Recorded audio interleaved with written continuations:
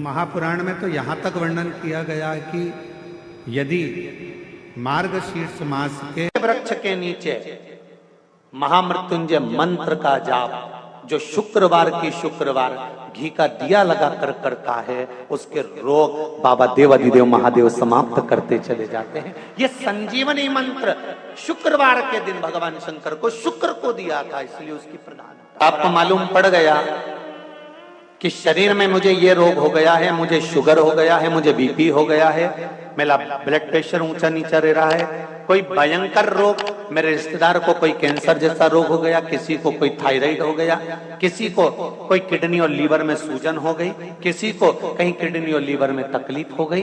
तो शिव महापुराण की कथा कहती है, नवग्रह शिव महापुराण की कथा कहती है कि बेलपत्री के वृक्ष के नीचे महामृत्युंजय मंत्र का जाप जो शुक्रवार की शुक्रवार घी का दिया लगा कर करता है, उसके रोग बाबा देवाधिदेव महादेव समाप्त करते चले जाते हैं। ये संजीवनी मंत्र शुक्रवार के दिन भगवान शंकर को शुक्र को दिया था, इसलिए उस पात्र में जल और दूध ले लीजिए शुक्रवार का दिन। तो कहोगे गुरुजी ये कथा कहां से निकाल के लाए हो? तो विष्णु पुराण में से आप उसको स्मरण कर सकते हो। काय में से? विष्णु पुराण में से। एक पात्र में देसी गाय का दूध, जल उसमें रखकर, और आपके अगर लड्डू गोपाल हो, यदि आपके घर में ठाकुर जी हो, लड्डू गोपाल हो, विष्णु जी का कोई स्वरूप हो, श्री हरि का कोई स्वरूप हो, तो उस पर शुक्रवार के दिन आप संध्या के समय पर दुर्वा डालकर उस दुर्वा से अगर लक्ष्मी जी के नामों का 108 बार उच्चारण कर कर घी का दिया लगाकर कैसर के चावल साथ में रखकर केवल उस जल का और दूध का मात्र छींटा देते हो, तो उसके घर में कभी लक्ष्मी की कमी नहीं आ सकती, संपदा बढ़ती चली जाती है। 108 बार लक्ष्मी के नाम का मात्र उच्चारण कर लेने पर भगवान विष्णु के चरणारविंद पर, भगवान विष्णु के चरणों पर केवल उस दुर्वा का, जल का, दूध का सिंचन कर देने से भी लक्ष्मी की वृद्धि होती है। शरीर प्राप्त कर लेना या मिल जाना सरल हो सकता है, पर उस मानव शरीर में भगवान का भजन हो पाना, भगवान की अविरल भक्ति को धारण कर पाना, शिव नाम को जप पाना थोड़ा कठिन।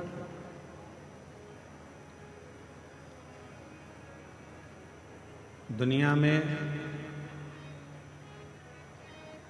धन वाले बहुत होंगे, आप भी जितने बैठे हो किसी के पास धन की कमी नहीं है, संपदा की कमी नहीं है, वैभव की कमी नहीं है।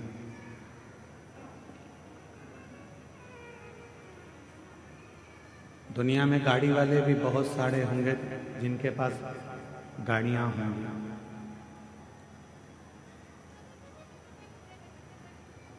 दुनिया में बंगले वाले भी बहुत होंगे जिनके पास में बंगला होगा, वैभव होगा, बहुत प्रॉपर्टी होगी, जमीन होगी। गाड़ी वाले, रिक्शे वाले, धन वाले, संपदा वाले, वैभव वाले, बंगले वाले, जमीन वाले ढेरों होंगे,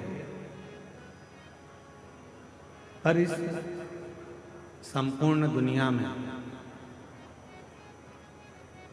पुण्य वाले बहुत कम होंगे, जिनके पास पुण्य होगा।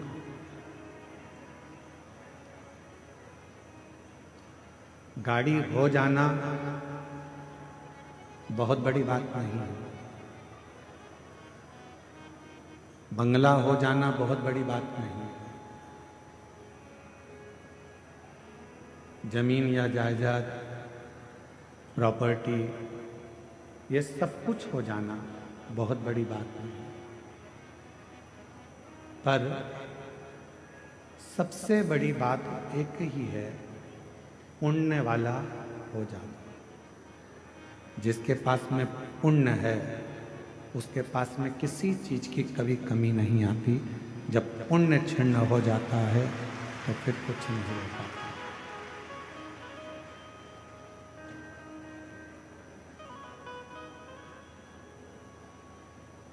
दुनिया की दृष्टि में लगता है कि जितने लोग कथा में आकर बैठे हैं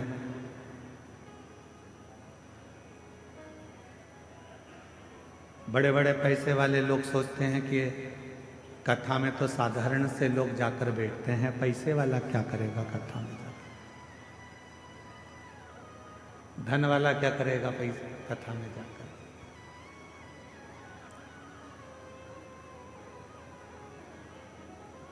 खूब गाड़ी के मालिक सोचते हैं कि हमारे पास में इतनी गाड़ी है तो हम कथा में जाकर क्या करेंगे।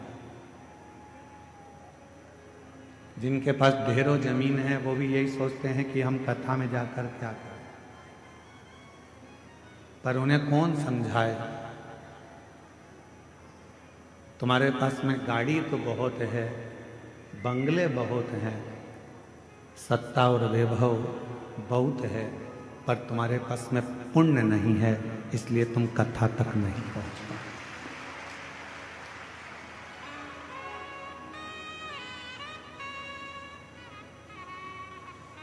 कथा तक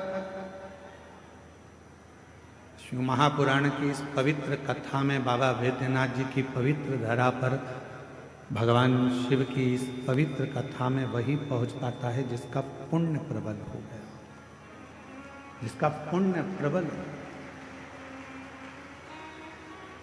वरना कठिन है कि आप कथा तक पहुंच।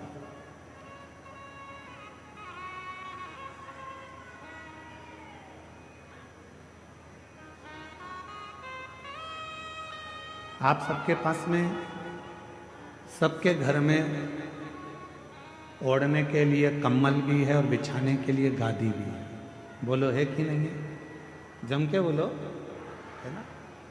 सबके घर में भोजन भी है, सबके घर में साइकिल, मोटरसाइकिल, फोर व्हीलर नहीं भी हो तो भगवान की कृपा तो इतनी है कि तुम साइकिल मोटरसाइकिल तो 15 दिन में खरीद सकते हो, इतना बाबा ने तुम्हें दे रखा। शिव जी की कृपा से मिल गया। गला पकड़ रहा है, खींचकर बोलना पड़ रहा है।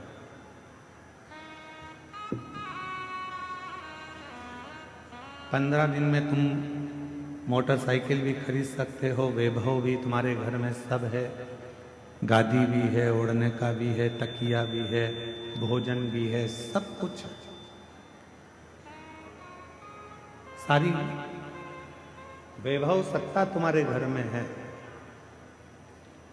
इसके बाद भी आप शिव महापुराण की कथा में एक दरी पर, चटाई पर सो रहे हो, चद्दर ओढ़ रहे हो, कम्बल ओढ़ रहे हो, पत्थर नीचे से गड़ रहे हैं, भोजन मिला वो तुमने पा लिया, बैठकर भजन करा, स्मरण करा, तो क्या तुम्हारे घर में कोई चीज की कमी है क्या? नहीं, तुम्हारे घर में सब कुछ है। पर तुम यदि कथा के पंडाल तक पहुंचे हो, बाबा वैद्यनाथ जी ने तुमको अगर यहाँ तक बुलाया है तो ये निश्चित है वैभव से ज्यादा तुम्हारा पुण्य प्रबल था, इसलिए तुम यहाँ कथा के पंडाल तक पहुंचे। ये तुम्हारा पुण्य है। अयोध्या से पधारी दीदी गौरांगी जी कह रही थी अपने संबोधन में कि मेरे भी माता पिता हैं और मैं भी एक माता पिता की बेटी हूं।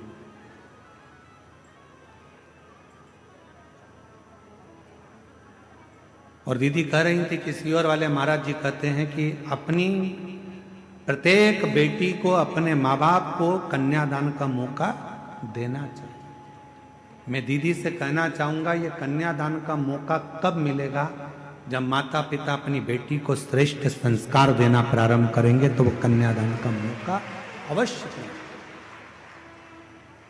हम मना नहीं करेंगे यार कि आप खूब अच्छे कॉलेज में बेटियों को पढ़ाओ, हमारी दिली तमन्ना होती है, हमारी खुद की इच्छा होती है कि अच्छे कॉलेज में बेटी पढ़े, अच्छी एजुकेशन करे, बड़े से बड़े शहर में रहे, सब कुछ अच्छी नौकरी करे, अच्छी जॉब करे। पर मेरा बेटियों से निवेदन है, इस संसार सागर में बहुत लोग मिलेंगे, पर तुम्हारे माता पिता जैसा दुनिया में कोई नहीं मिलेगा जो तेरे लिए हमेशा हित ही चाहते हैं, अहित नहीं। सब मिलेंगे।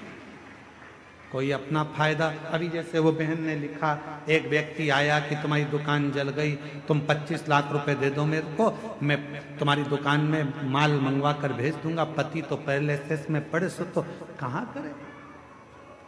25 लाख ले गया, मोबाइल बंद कर कर। ऐसे ढेर मिलेंगे जो तुम्हारा केवल उपयोग करेंगे, थोड़ा धन दिखाएंगे, थोड़ा शरीर दिखाएंगे, थोड़ा वैभव दिखाएंगे और तुम्हें गलत संगति में, विकृतियों में लेकर जाएंगे। और एक दिन जब पूर्ण तरह से तुम उसके चुंगल में आ गए, फिर वो तुम्हें बर्बाद कर कर एक दिन मार कर, टुकड़े कर कर अटैची में भर कर फेंक देंगे। बहुत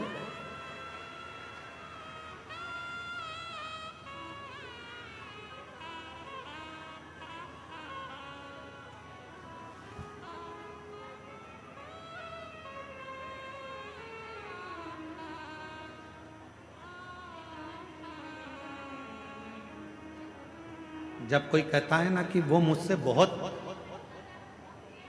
स्नेह करता है, वो मुझसे बहुत स्नेह करता है, वो मुझसे बहुत स्नेह करती है, और वो मैंने उसको अपने बातों में, अपने तरीके से उसको अपने काबू में कर कर रखा है। शिव महापुराण की कथा कहती है कि अपने जीवन को ऐसा मत बनाना कि आप किसी के काबू में रहें, आप स्वयं के काबू में रहें। स्वयं एक लाइन याद रखो, मैं चाहे ये करूं, मैं चाहे वो करूं, मेरी। कोई तुमसे कहे कि मंदिर मत जाओ, मुझे पैदा करने वाले मेरे माँ बाप हैं, मुझे पढ़ाने वाले मेरे माँ बाप हैं। कोई तुमसे कहे कि तुम मंदिर मत जाओ, कोई तुमसे कहे शिव पुराण में मत जाओ, कोई तुमसे कहे शंकर का भजन मत करो, कोई तुमसे कहे बाबा बैद्यनाथ का दर्शन करने मत जाओ, कोई तुमसे कहे कहाँ इनके चक्कर में पड़ी हो, क्यों बाबा उनके चक्कर में पड़ी हो, क्यों कथावाचकों के चक्कर में पड़ी हो, क्यों सियोर वाले महाराज के चक्कर में पड़ी हो, क्यों शंकर के मंदिर में जा रही हो, क्यों पशुपति व्रत कर रही हो, क्यों दरवाजे पर श्री शिवाय नमस्तुभ्यम लगा रही हो।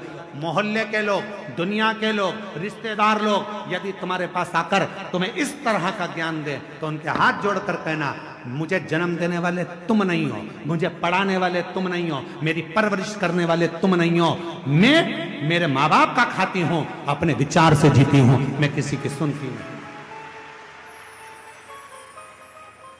क्यों सुने हम, क्यों विचार करें?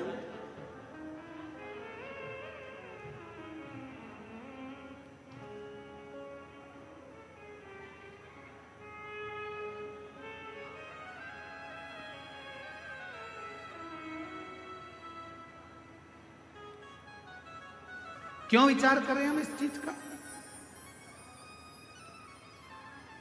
ये सब विचार नहीं है, हम किसी के कहने पर नहीं चलते। हम तो बाबा के भरोसे चलते हैं, हम तो बाबा के भरोसे चलते हैं। ये दुनिया वाले जलते हैं, ये दुनिया वाले जलते हैं, हम तो बाबा के भरोसे